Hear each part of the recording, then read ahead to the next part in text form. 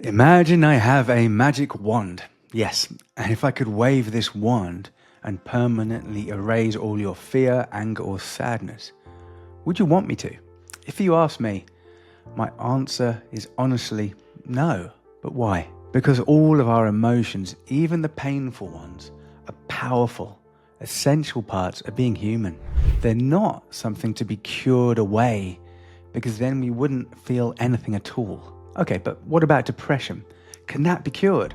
Is it realistic to expect depression to be gone forever? Well, in this video, I'm going to show you a new way to understand and treat depression. It's an approach that frees you from feeling like a helpless victim. But the paradox I'm going to explain is that the cure for depression is to stop trying to cure it. And this might sound crazy, but hear me out. My goal is to help you stop depression from destroying your life, not to eradicate it forever. We can still beat depression by simply refusing to lose to it. And this approach can really revolutionize your relationship with depression. It helps you develop more control over it, reducing how often it happens, how long it lasts, and how low you feel during an episode. And honestly, for many people, that sounds a lot like a cure. Before we dive in, a quick note that we at Marpa Minds are a next generation mental health clinic offering breakthrough treatments like Spravato and ketamine therapy for people with depression. Check us out at marpaminds.com. Alright, so this question of curing depression, a lot of it depends on how we define it, because when we label depression as something bad or shameful, we actually end up judging ourselves for being depressed, and that extra layer of judgment only makes things worse. The best way through depression is to allow it to be there without all the added shame. And I'm not saying depression isn't real or that it's easy to live with. It is real and it is hard, but we have to understand here that depression is a natural human experience. We will all encounter it at some point in life. For some people, it can seriously impact their ability to function at work or in relationships. It can totally suck the energy out of them. And for these people, even feeling 20 or 30% better would be amazing. But there's no cure. So the real question I'm asking, how do we get better without trying to get rid of depression forever? Or what does a healthy relationship with depression look like? Let's go figure this out together. Okay, you ready? First, a bit of context. According to the National Institute of Mental Health, nearly 1 in 5 US adults will experience a major depressive episode in their lifetime. And a recent CDC study found that the number of adults diagnosed with depression jumped 55% between 2014 and 2023. Depression is already common and it's on the rise, yeah? But I've got a theory that our modern culture that we live in is so obsessed with fixing flaws and striving for perfection, it creates this assumption that depression must be cured. We must never feel sad. It's not allowed. But this very expectation actually intensifies the struggle and makes the condition of depression feel heavier, and paradoxically deepens our depression itself. And I've noticed this with my own patients and my friends and family. Many people are staying on antidepressants for a very long time. On average, it's around 5 years. But the clinical trials that tested these medications only ran for up to 6 months. We've got no research proving their efficacy beyond that time frame. What does this show us? To me, it's saying people are scared of depression. They think it's an infectious disease we need to immunize ourselves against to never feel it ever again. But we're thinking about it all wrong. And in this video, I'm going to tell you why praying for a magical cure might actually be making you feel even worse. My alternative approach to curing depression is going to be broken down into 3 interconnected parts. Firstly, we'll explore how to accept that it's okay to feel depressed sometimes, that it's a natural and avoidable part of being human. Even animals get depressed. So we have to stop trying to erase it from our brains. We first need to learn how to accept that depression exists. In part 2, we'll then focus on practical techniques to improve your relationship with depression to reduce its impact. And this includes external tools like therapy and lifestyle changes, but also internal tools like mindfulness and cognitive restructuring.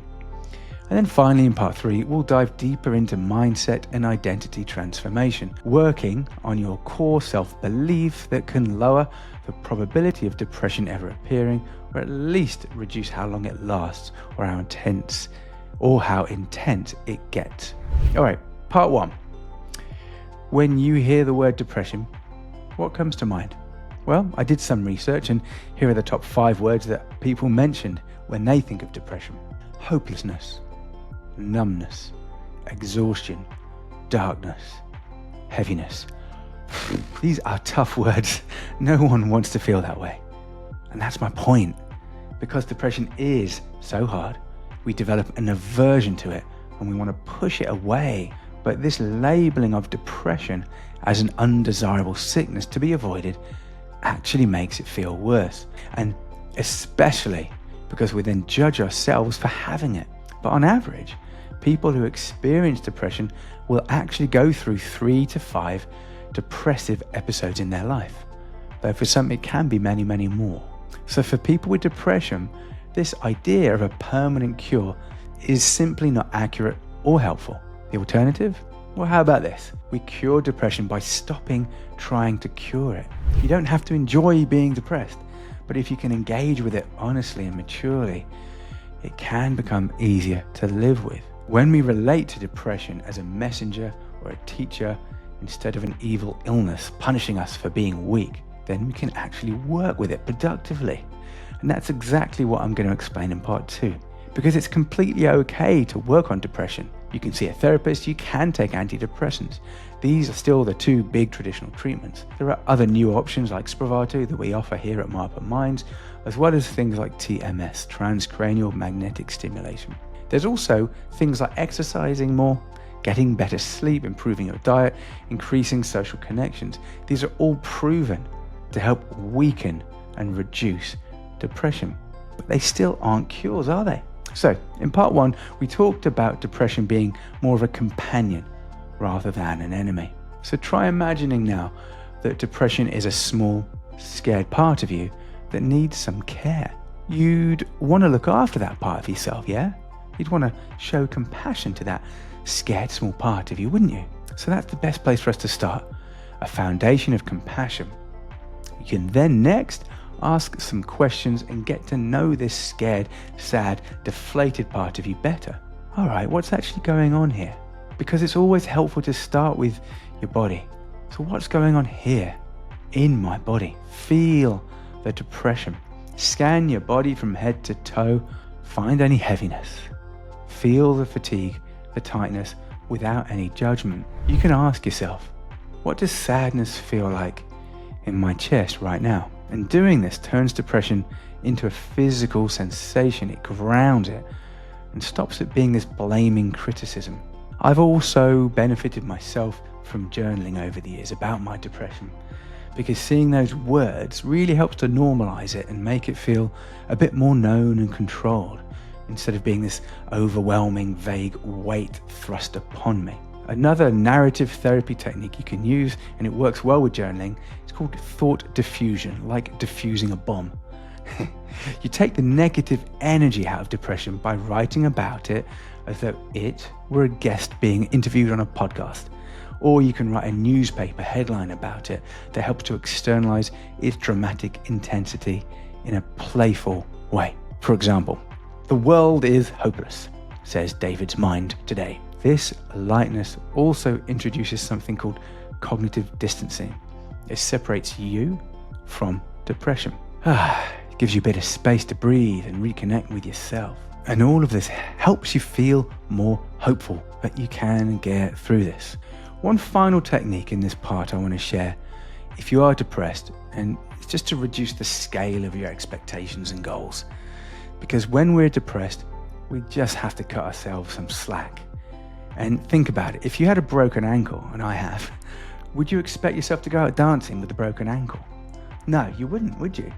So why are we so hard on ourselves when our brain is depressed? Why do we expect so much of ourselves if our brain's not 100%? Well, I think it's actually because of all of this social stigma and our own internalized belief that we should be able to cure our depression right now. So, instead, when you're depressed, set realistic expectations. Don't try and complete your tax return or renovate the bathroom today. Because by setting realistic micro goals that you can actually achieve, such as taking a short walk or cleaning the kitchen, calling a friend, you're setting yourself up for success with small but meaningful victories. And these feel so good when you're depressed. Victory, taste it. Whereas if you feel like a failure, it just makes things worse. Again, I'm not talking about a cure here. I'm just talking about compassion and then prioritize small, creative ways to make positive progress. All right, part 3. This focuses on deeper mindset transformation. And this is about seeing depression as an invitation to rebuild your sense of self, to reorient your life around meaning and values. This is especially helpful for people with chronic or treatment-resistant depression, as many of them tend to give up on ever feeling better. So that's again why it's important to shift the emphasis away from being cured and focus instead improving your quality of life. Because for someone with debilitating depression, a 25% reduction in symptoms can feel massive, and that's good enough like a cure, isn't it? But we have to accept that some amount of depression in the present moment, while sucking and being hard, it's okay. This acceptance can help us move forward by shifting our attention to things more easily under our control. So we can ask ourselves, what can I change about my life to make living with depression more manageable today? It could be as simple as not checking the news until lunchtime, or giving yourself permission to go hiking or do some painting just because you enjoy it. When you're able to make the most of life, even when you are feeling depressed, there's nothing more that you can do sometimes. Another deeper step forwards can be searching for the hidden meaning within your depression. And to do this, I recommend checking out the work of a psychiatrist and psychologist and Auschwitz survivor, Viktor Frankl. He developed something called logotherapy, and it prioritizes meaning making as the most important human gift that we have. And no matter how bad it feels being trapped in our depression or in a concentration camp, Viktor Frankl said, our suffering can be made bearable by finding the meaning within it, by turning it into an opportunity for personal growth. And here are 2 questions I wrote that you can ask yourself that's inspired by logotherapy. If my depression was a kind teacher, what lesson would it be trying to teach me right now? Or a second question, what is my suffering demanding of me to do differently so that I can grow through it? Think about it. Because the invitation here is to identify with the light of meaning within yourself and not get lost in the darkness of pain. One final step I'd recommend to go even deeper is to get existential with it. Depression is often rooted in our sense of purpose, our destiny. And when we're depressed, we may ask ourselves, what's the point? Why go on? Nothing matters. It's natural and even essential to think about your own mortality. That's okay. It forces us to prioritize what matters most to us, knowing we won't be here forever. So when we question our existence, we're getting existential. And existential therapy is a way of helping us navigate the profound doubts of life head on. And this is what depression often makes us do. So let's face it, as we get older and our lives go through transitions, we can use depression as a wake-up call to live authentically right now, with acceptance around whatever our life brings. For example, we might ask ourselves, what truths about being human? Things like loss, love, mortality, freedom, mystery. What am I being invited to confront here? There's no cure for depression and what I'm talking about. just finding the existential meaning and purpose within you being alive now in life. Here's my final question. Can depression be cured? Now that you've watched this and listened to me, what do you really say? Do we actually need depression to be 100% gone? To never come back? No, we don't. Why? Because depression is a natural response to the challenges we face in life. So we have to give ourselves permission to be depressed sometimes. So the cure for depression is changing how we relate to it. By developing a more collaborative and productive relationship with depression, we not only reduce its negative control, we also become much kinder and more compassionate to ourselves. And we flip the narrative by no longer being the victim of depression. Because when we stop trying to cure what can never be completely cured, we can then focus on life and make the absolute best of it that we can. Thanks as always for watching this episode of Marpa Minds. We are a network of next generation mental health clinics delivering Spravato and ketamine treatment to patients with depression. To find out more, go to marpaminds.com. My name's David Drapkin, and if this video resonated with you, please like it, subscribe to our channel, and let me know more thoughts in the comments below. Cheers for now. Thanks again for watching, and thanks to Marpa Minds, a network of next-generation mental health clinics offering Spravato and ketamine treatment for depression. Go to marpaminds.com for more information. This media production is for informational purposes only and is not a substitute for professional, medical, mental health, or legal advice.